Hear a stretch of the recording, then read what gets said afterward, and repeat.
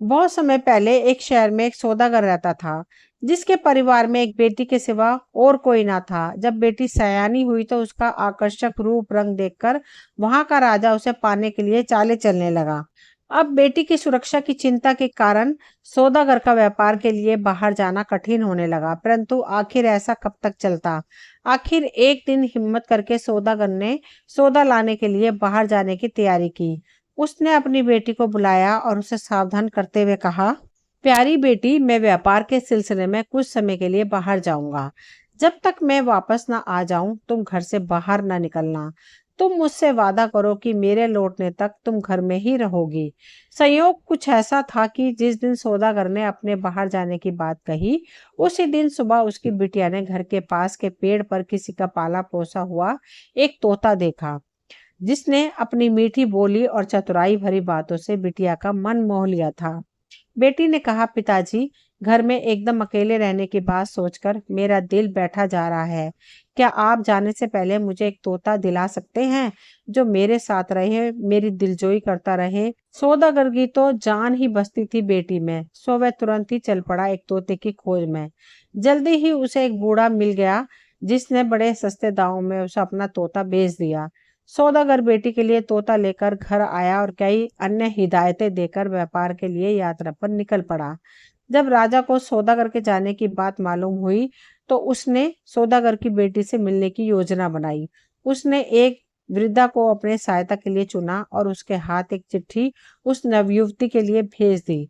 सौदागर की बेटी को तो तोता बहुत भाया ही था, तो पिता के जाने के बाद वह अक्सर ही उससे बातें करती रहती थी। एक दिन उसने तोते से कहा, हीरामन, मुझसे कुछ मीठी मीठी बातें करो। हीरामन बोला, आज मैं तुम्हें एक अच्छी सी कहानी सुनाता हूँ, सुनो। एक बार की बात है, एक राजा था। उसकी एक बेटी थी। वह राजा की इकलौती संतान थी। उसका कोई भाई बहन नहीं था और ना ही थे सगे संबंधी। उसका दिल बहलाने के लिए राजा ने एक गुड़िया बनवाई, जिसका आकार प्रकार नया नक्श सब कुछ राजकुमारी के जैसे थे। राजकुमारी जहां भी जाती वह गुड़िया अपने साथ ले जाती। दोनों इतनी एक जैसी दिखती थी कि कोई उनमें भेद ना कर पाता था। एक दिन जब राजा जंगल में शिकार खेलने गया तो राजकुमारी भी अपनी गुड़िया को साथ लेकर पिता के साथ चल पड़ी। रास्ते में डाकुओं ने उन पर हमला करके राजा को मार गिराया और राजकुमारी को उठा ले गई। गुड़िया गाड़ी में ही पड़ी रह गई। राजकुमारी कुछ समय तक तो रोती बिलखती रही। राजकुमारी कुछ समय तक तो रोती बिलखती डाकुओं के पास चलती रही, फिर चुपके से मौका देखकर उन्हें चकमा देकर भाग निकली। चलते चलते वह दूसरे शहर में पहुंच गई। वहां की रानी को राजकुमारी बहुत पसंद आई और उसने उन्हें अपनी सेवा में रख लिया। कुछ ही समय में वह रानी की सबसे चहेती बन गई, यहाँ तक कि दूसरे सेवक उससे जलने लगे। एक दिन उन सब ने मिलकर राजकुमारी से कहा, तुम तो रानी को बहुत प्यारी हो।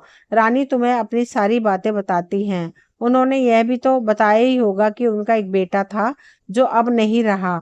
यह सुनकर सेविका बनी राजकुमारी का दिल भर आया। वह सीते रानी के पास जाकर बोली, महारानी, मुझे बहुत दुख है। मुझे आज ही मालूम हुआ कि आप अपना एक बेटा खो चुकी हैं। यह सुनना था कि रानी को मूर्छा आ गई। रानी के इस दुख के बारे में किसी को भी कोई बात करने की इजाजत ना थी। जो भी राजकुमार के बारे में बातें करता उसे प्राणदंड मिलता था।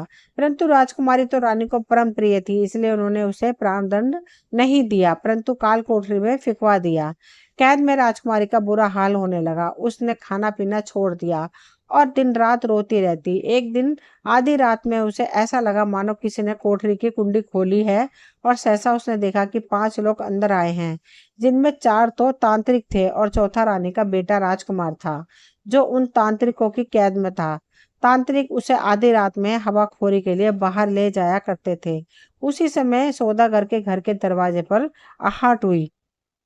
कोई नौकर सौदागर की बेटी के लिए पत्र लेकर आया था। तोते की कहानी रुक गई। यह चिट्ठी राजा की ओर से सौदागर की बेटी के लिए आई थी, लेकिन सौदागर की बेटी तो यह जानने को बेचैन थी कि कहानी में आगे क्या हुआ।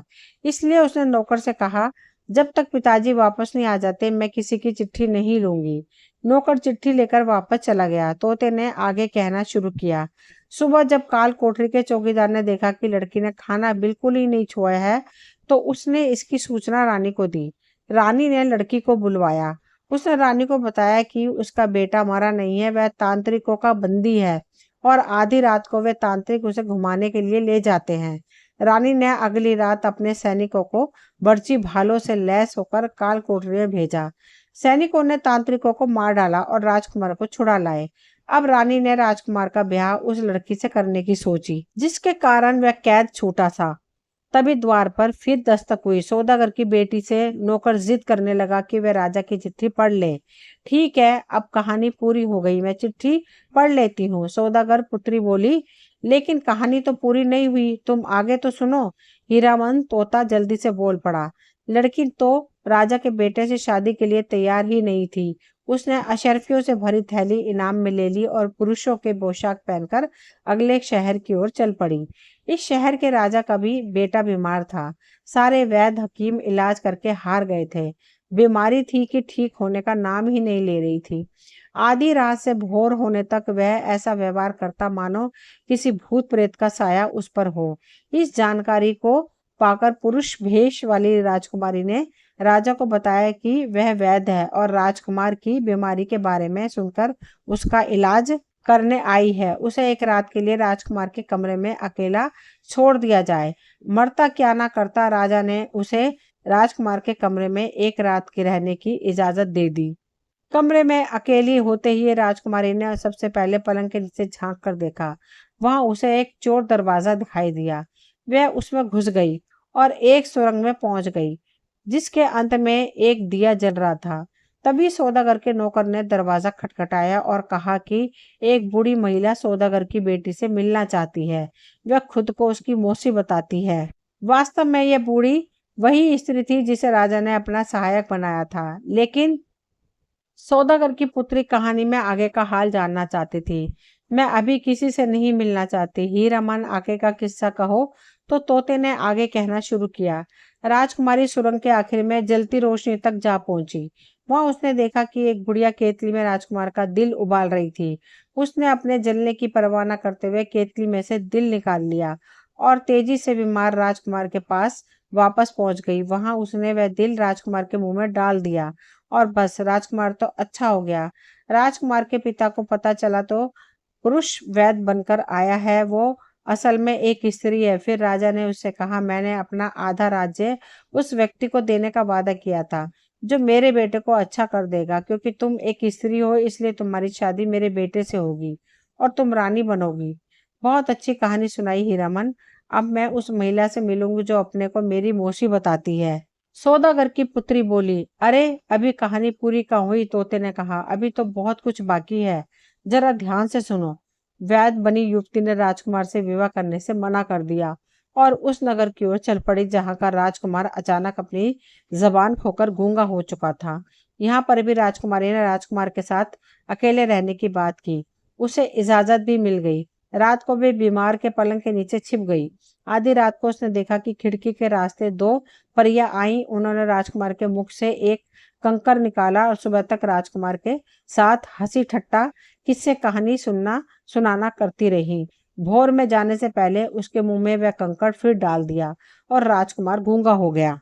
परियां वापस जैसे आई थी वैसे ही लौट गई। दरवाजे पर फिर दस्तक हुई, लेकिन सौदागर कन्या कहानी सुनने में इतनी मगन थी कि उसने आहट सुनी भी नहीं।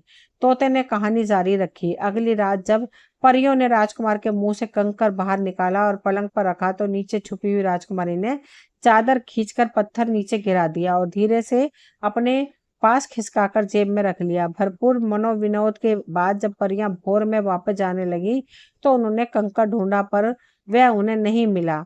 इधर भोर होने वाली थी, वे खिड़की के बाहर उड़ गई।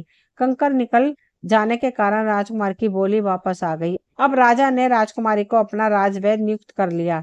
द्वार पर खटखटाहट लगातार होती रही और सौदागर की पुत्री अंदर आ जाओ कहने वाली थी, लेकिन फिर भी उसने पहले तोते से ही पूछ लिया, कहानी अभी आगे भी है या पूरी हो गई। अरे अभी तो बाकी है, तोते ने कहा, बस सुनती चलो। वह युवती राजवैद्य बनकर एक जगह टिककर नहीं रहना चाहती थी। उसे नई जगहों की तलाश थी और वह चल पड़ी। अब वह जिस नगर में पहुंची वहां शोर था कि राजा पागल हो गया है। उसे जंगल में एक आदमकद गुड़िया मिली और वह उस गुड़िया के साथ एक कमरे में बंद हो गया। वह राजकाज छोड़कर बस रोता रहता कि यह गुड़िया जीती जागती युवती क्यों नहीं है। अब राजा को चंगा करने की मंशा से राजकुमारी राजा के सामने गई और राजा की गुड़िया देखते ही बोल पड़ी, अरे यह तो मेरी गुड़िया है। और राजा भी युवती को हूबहू गुड़िया जैसी देखकर बोल उठा, अरे यह तो मेरी दुल्हन है। तभी दरवाजे पर फिर दस्तक हुई। अब बेचारे हीरा मन को सूझ नहीं रहा था कि कहानी कैसे आगे बढ़ाए। फिर भी वह बोला, थोड़ा ठहरो, बस थोड़ी सी और बाकी है। लेकिन फिर भी आगे कुछ समझ में नहीं आया कि वे क्या कहे। बेटी दरवाजा खोलो ना, मैं व्यापार से लौट आया हूँ, सौदागर की आवाज आई। और अब मेरी कहानी भी खत्म हो गई, तोते ने कहा। राजा ने युवती से शादी कर ली और वे आनंद से रहने लगे। सौदागर की बेटी ने लपक कर दरवाजा खोल दिया और पिता ने उसे गले लगा लिया। सौदागर बोला, शाबाश मेरी बेटी, मेरा कहना मानकर तुम घर में ही रही। और तुम्हारा हीरामन तोता कैसा है? पिता पुत्री दोनों तोते के पास पहुंचे, लेकिन उसके बदले वहां उन्हें एक सुंदर युवक देखने को मिला। युवक बोला, मुझे क्षमा करिएगा श्रीमान, मैं एक राजकुमार हूँ। मैंने तोता का रूप इसलिए धारण किया क्योंकि मैं आपकी बेटी से प्रेम करने लगा था। मुझे जब यहाँ के राजा की आपकी बेटी को उठा ले जाने की मंशा का पता चला तो उसके इरादे को नाकाम करने के लिए मैं तोते के वेश में शराफत से आपकी बेटी की रक्षा करने और उसका मन जीतने के लिए आपके घर में आया। मैं समझता हूँ कि मैंने दोनों बातों में सफलता पाई है। क्या आप अपनी बेटी का हाथ मुझे देंगे? सौदागर और उसकी बेटी दोनों को इस संबंध से कोई ऐतराज ना था। कहानी सुनाने वाले राजकुमार से सौदागर की बेटी का विवाह हो गया और दुष्ट राजा मारे दुख और जलन के अपने आप ही मर गया। दोस्तों, ये कहानी यहीं तक थी। मुझे उम्मीद है आप सभी को पसंद आई होगी। अगर कहानी पसंद आई हो तो प्लीज़ चैनल को सब्सक्राइब करें, वीडियो को लाइक शेयर करें। मिलती हूँ अगली कोई नई कहानी लेकर। कहानी सुनने के लिए आप सभी का तहे दिल से शुक्रिया।